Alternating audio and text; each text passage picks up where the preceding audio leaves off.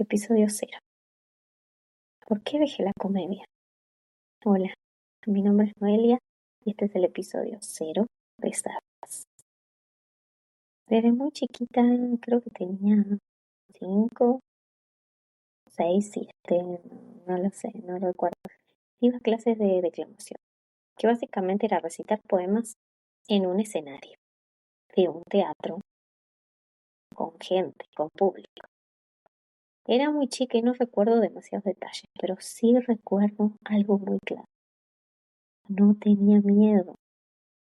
Cero vergüenza, cero nervios. No le tenía miedo al escenario, a la gente, al público, al teatro. Recuerdo una escena. Estábamos en una presentación y una niña tenía que recitar algo. Le dio miedo y yo sin pensarlo di un paso adelante y lo dije yo así, natural. Lo importante es que en definitiva estar en un escenario siempre me pareció natural. Los años pasaron, ya en Montreal en el 2010. Me acuerdo porque mi hijo tenía un año. Estaba haciendo un curso y nos pidieron hacer la famosa lista de cosas para hacer antes de morir. Y uno de mis ítems fue hacer stand-up comedy. El profesor me preguntó por qué y la verdad no sabía. Supongo que era ese sueño de subir al escenario, hacer reír, vivir ese momento. Yo siempre fui un poco el payaso del salón, aunque más que payaso siempre fui directa, sarcástica y la gente se reía. Pero lo mío no era hacer chistes, era simplemente decir cosas y la gente se reía igual. El profesor me dijo, ¿y por qué no lo haces? Sos graciosa y no tienes miedo de hablar en público. Y yo, nada, era más cómodo dejar ese sueño guardado en un cajón. Hasta que llegó el año 2018. Estaba en una fiesta literal donde no había nadie. Éramos 3 personas. El DJ, el amigo del DJ y yo. El amigo del DJ Jorge, en ese momento conocido como Sexy George, un comediante. Yo le dije, wow, siempre fue mi sueño hacer stand-up comedy. Y él me respondió, ¿por qué no lo haces? Y ahí, ya divorciada, más madura, más con tiempo, digamos, y sin limitaciones sociales, yo dije, tenés razón, ¿por qué no? Esa fue la oportunidad. En ese mismo lugar que estábamos, se organizaba un show de comedia en español con comediantes que venían de Toronto y Jorge me ofreció 5 minutos de escenario. Para mí era fácil hacer reír porque no lo intento. Digo algo y pasa. Pero hacer reír a extraños, eso es otra cosa. No es lo mismo contar una anécdota a tu familia que ya te conoce, que ya te imagina en esa situación. Gente que no sabe quién sos, ese es el desafío real. Escribí algo, Jorge me ayudó a poner los chistes y debuté en un mini escenario en un bar frente al metro Henry Buras. No recuerdo si me fue bien, si la gente se rió. Lo que sí recuerdo fue la sensación, decir lo que tenía ganas de decir, de forma graciosa, como un exorcismo del alma. Creo que eso fue lo que me enganchó, hablar, exteriorizar lo que vivía, lo que sentía, lo que pensaba. Era mi forma de arte, mi forma de comunicarme con el mundo exterior. Convertir mi vida en comedia, y claro, hacer reír a la gente activa algo en una parte que, no sé, te llena, te hace feliz. Así empezó el camino. Como no había lugares para hacer comedia en español, en Montreal empecé en inglés, después probé en francés. Y como seguía sin haber espacios para comedia en español, bueno, los creé yo. Dicen que sí, bueno, que si no se te abren puertas, crea tu propia puerta y ábrela. Y así fue que nació Mojados Montreal. Pero siempre estuve in and out.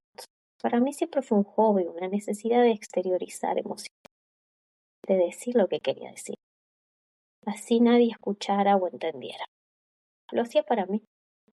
El problema es que cuando empezó a sentirse como un compromiso, viajes, negociados caché, críticas, consejos, expectativas, aprobación, rechazos, ya comenzaba a parecer un negocio.